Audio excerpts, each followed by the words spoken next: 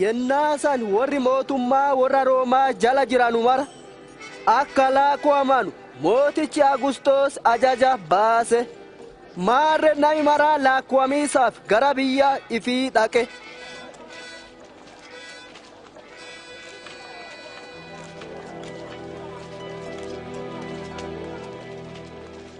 Yoosef Maariyaamii kadhateeru waliin laakkuwamiisaaf Beetlehem dhaqe.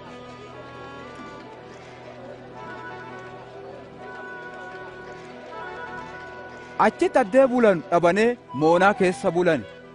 Adoo achi jiranuu yennaan Maariyaam deettu geette.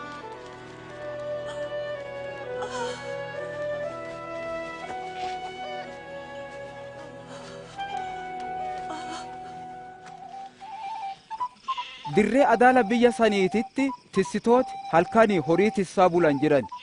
Ergamaan Waaqaa dedhuma itti mul'atee ulfinni Gooftaan isaanitti ife.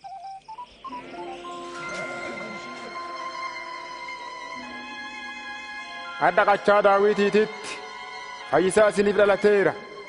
Inni Gooftaa Kiristoosi.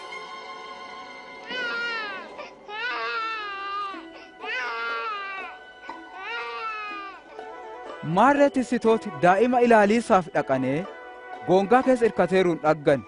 Isaa Waaqa galateessanee fayyisaa akka dhalateeru kolbatti odeessan.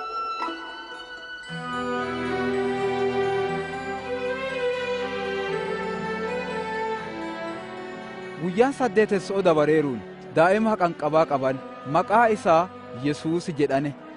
Yoosefiif Maariyaam isa Waaqa dhikeessiisaaf gara galma Waaqaa geessan. Namichi Sihoon jedhamu ka fayyisaa Waaqa ergu atoo hin dhaggin akka hin duune ayyaanni wayyichi addii kenneeruuf tokko achi jira. Goottaa addii naa kennite guutteerti. Yoona addee dhuga'aa na geesse.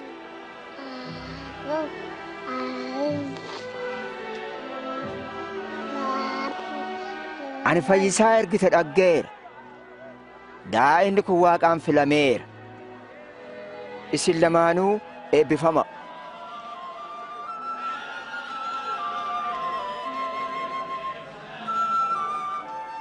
Yoosefii fi Maariyaam akka seera Muuseetitti hojii fixataniin duuba Yerusaalemii gara qachaa fi Naaziretitti deebi'an. Yennaa Yesuus waggaa 12 jilaaf Yerusaalem geessane. Jilaan duuba waa isaa waliin jiru se'anee galiisaaf ka'ane. Yesuus ammoo achi hafe. Isaa isa barbaadiisaaf Yerusaalemitti deebi'ane. Guyyaa sadeessoo galma Waaqaa keessa barsiisotaaf jaarsolee waliin tee'eeruun dhaggane. Mucaan qaroo akkana gaafatu ku eenyu inni Naaziretii dhufe. Nu walii ideemeera seene. Abboo isaa araarama. Warri isa dhaga'e maraa baaseffate.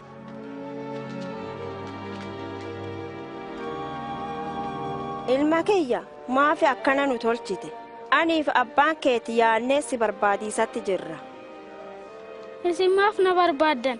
Akka an mana abbaa kiyyaa keessa tee'uu malee hin beenne?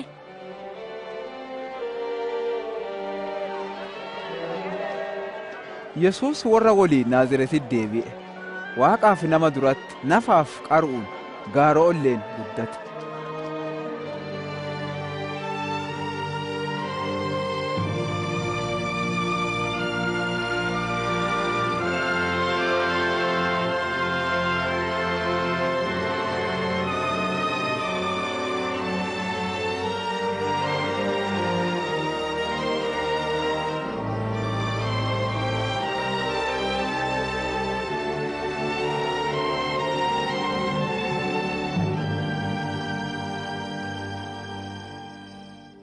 Yennaa Xibiroos bulchaa ta'ee waggaa 15 Phonxoos Philaaxoos bulchaa biyya Yihuudaa, Heroodis bulchaa biyya Galiilaa, Haannaa fi Qayyaafaan hayyoota gurguddo'oo, Yohaannis goomolee keessa jiruun dubbiin Waaqaa itti dhufe.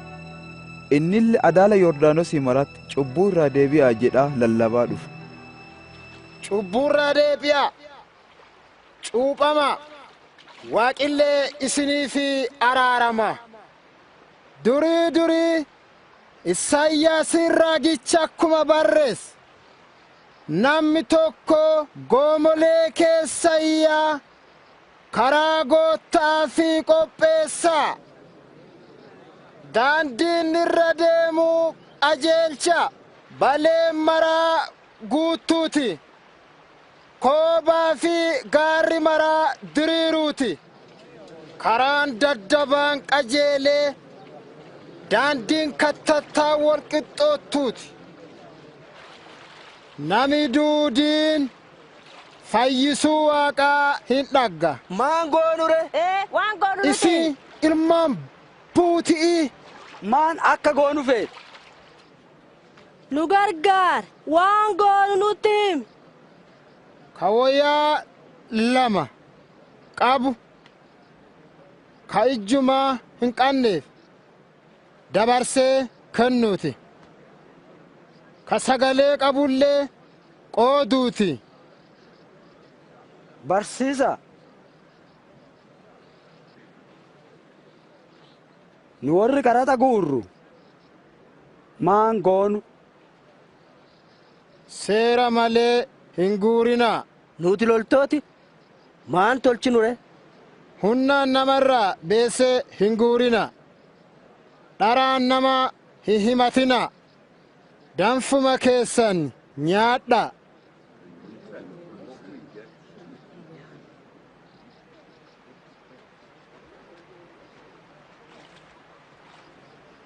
Nutti ati Kiristoosi?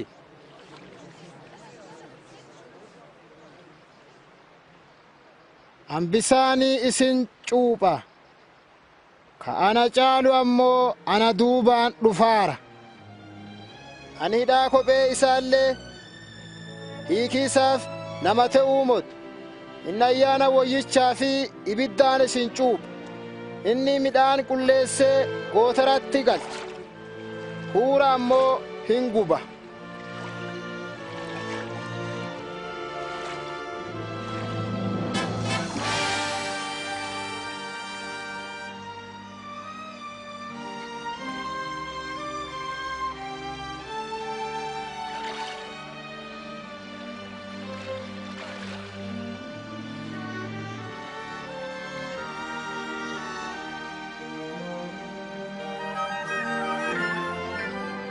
Achiin duuba ayyaanni woyyichi bifa saphaliisaatiin Yesuus irra bu'e.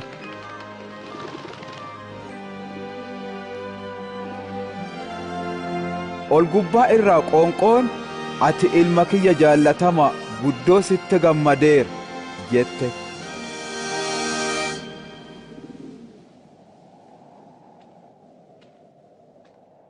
Yesuus yennaa cuuphamu gara waggaa 30ti. Inni ayyaana woyyichaan guutamee lagaa yennaa deebi'e. Ayyaanni gara goomolee isa geesse. Achitti guyyaa 40 seexanaa ataabame. Guyyoota isa agabuu waan tureef beelo'e.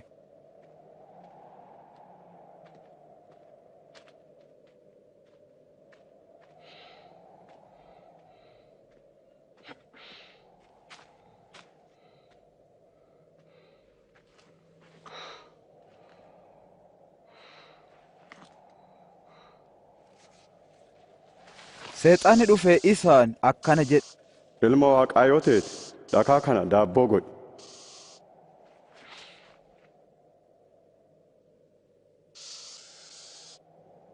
Kitaabi wayyichi nami jecha Waaqatiin malee sagalee callaan hin le'u jedha.